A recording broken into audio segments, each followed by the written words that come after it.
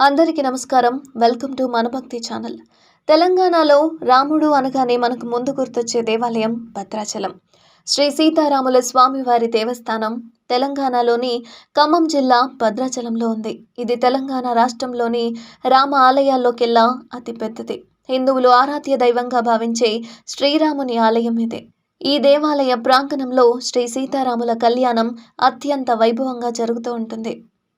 అసలు ఈ ఆలయం వెనుక ఉన్న విశేషం ఏంటో ఒకసారి చూద్దాం. 17వ శతాబ్దం నాటి సంకీర్తనాచార్యులు శ్రీరామదాసుగా పేరు పొందిన కంచర్ల గోపన్న జీవితంతో ఈ ఆలయ నిర్మాణం ముడిపడి ఉంది. 17వ శతాబ్దం 2వ భాగంలో కంచర్ల గోపన్న భద్రాచలం తహసీల్దార్గా ఉన్నప్పుడు ప్రభుత్వానికి తెలియకుండా ఈ ఆలయ నిర్మాణం కోసం ప్రభుత్వ ఖజానాకు సంబంధించిన ధనాన్ని ఉపయోగించారని గోల్కొండలోని ఒక చెరసాలలో ఇతనిని బంధించారు. కంచర్ల గోపన్న భక్తికి మెచ్చిన శ్రీరాముడు చెరసాల నుంచి విడిపించేందుకు గోల్కొండ సంస్థానాధీశుడైన సుల్తాన్కు దివ్య రూపంలో కనిపించి గోపన్నను విడుదల చేయమని ఆలయ నిర్మాణానికి వెచ్చించిన మీర్ ఉస్మాన్ అలీ ఖాన్ సొమ్మును చెల్లించాడని చారిత్రక కథనం. బందిఖానా నుండి విడుదలైన గోపన్న శ్రీరాముణ్ణి కీర్తిస్తూ తెలుగులో అనేక సంకీర్తనలను రచించాడు. అప్పటి నుంచి గోపన్నను రామదాసు అని పిలుస్తుండేవారు. భద్రాచలం నుండి 35 కిలోమీటర్ల దూరంలో ఉన్న పర్ణశాలలో రాముడు, సీత, లక్ష్మణుడు కొంతకాలం నివాసం ఉన్నట్లు తెలియజేస్తుంది. గోదావరి నది ఒడ్డున ఉన్న భద్రగిరి అనే చిన్న కొండ వద్ద శ్రీరాముడు శ్రీలంకలో ఉన్న సీతను రక్షించడానికి బయలుదేరినప్పుడు మార్గ మధ్యంలో ఉన్న ఈ నదిని దాటాడు.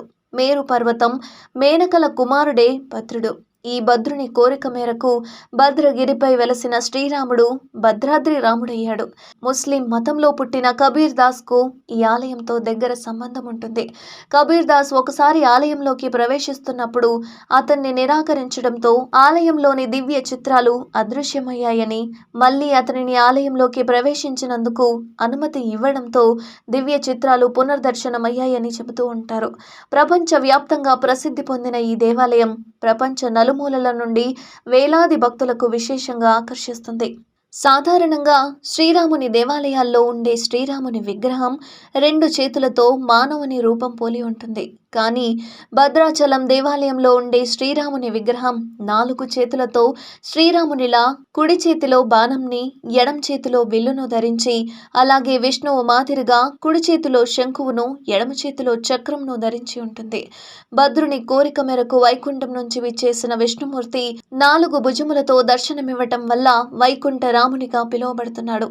ఇతర దేవాలయాల్లో సీతాదేవి రాముని పక్కన నిల్చొని ఉంటుంది. కానీ ఈ దేవాలయంలో స్వామి ఎడమ తొడపై ఆసీనవతి అయి ఉంటుంది. మిగిలిన దేవాలయాల్లో ఇరువురికి 2 పీఠాలు ఉంటాయి. కానీ ఇక్కడ ఒకే పీఠం ఉంటుంది.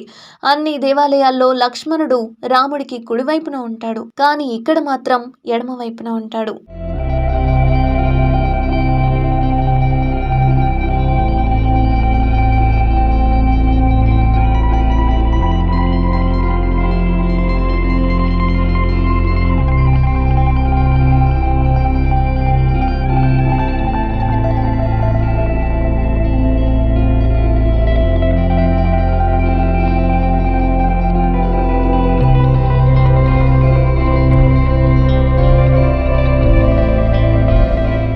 ఇక్కడ జరిగే ఉత్సవాలలో ముఖ్యమైనది శ్రీరామ నవమి రోజున జరిగే కళ్యాణం.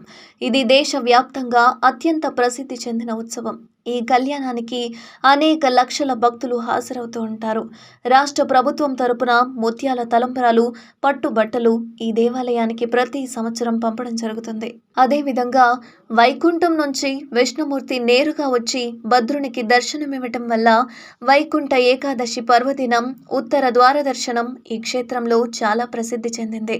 తమిళనాడులోని శ్రీరంగం నుండి రామదాసు చే తీసుకురాబడిన 6 వంశాలకు చెందిన శ్రీ వైష్ణవ ఆచార్యుల కుటుంబాలు ఇప్పటికీ భద్రాచలంలో నిత్య పూజలు నిర్వహిస్తున్నారు. రామానుజుల వారిచే శ్రీరంగంలో నిర్ణయించబడిన విధంగానే ఇక్కడి ఆలయంలో కూడా పూజలు నిర్వహిస్తారు.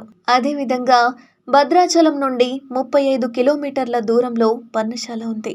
సీతారామ లక్ష్మణులు తమ వనవాస సమయంలో ఇక్కడ నివసించారని భావిస్తారు. ఉదాహరణకు సీతను ఎత్తుకుపోవడానికి మాయలేడి రూపంలో వచ్చిన మారీచుని బొమ్మ, పర్ణశాలకు సమీపంలో ఉన్న సీతమ్మ వాగు వద్ద సీత ఆరవేసిన చీర గుర్తులు, ఆమె పసుపు కుంకుమలు సేకరించిన రంగురాళ్ళని కొన్ని చిహ్నాలను చూపిస్తుంటారు. నదికి అవతలి వైపున రావణుడి రథపు జాడలని కొన్ని గుర్తులను చూపిస్తారు. రావణుడు సీతను అపహరించిన ప్రదేశం ఇది. సీత వియోగాన్ని పొందిన రామచంద్రుడు శోకమూర్తిగా కనిపిస్తాడు. భద్రాచలంలో ఉన్న రామచంద్రమూర్తి ముఖంలో ఉండే తేజస్సు పర్ణశాల రామునిలో కనిపించదు. శ్రీరామ నవమి రోజున ఇక్కడ కూడా కళ్యాణ ఉత్సవం జరుగుతూ ఉంటుంది.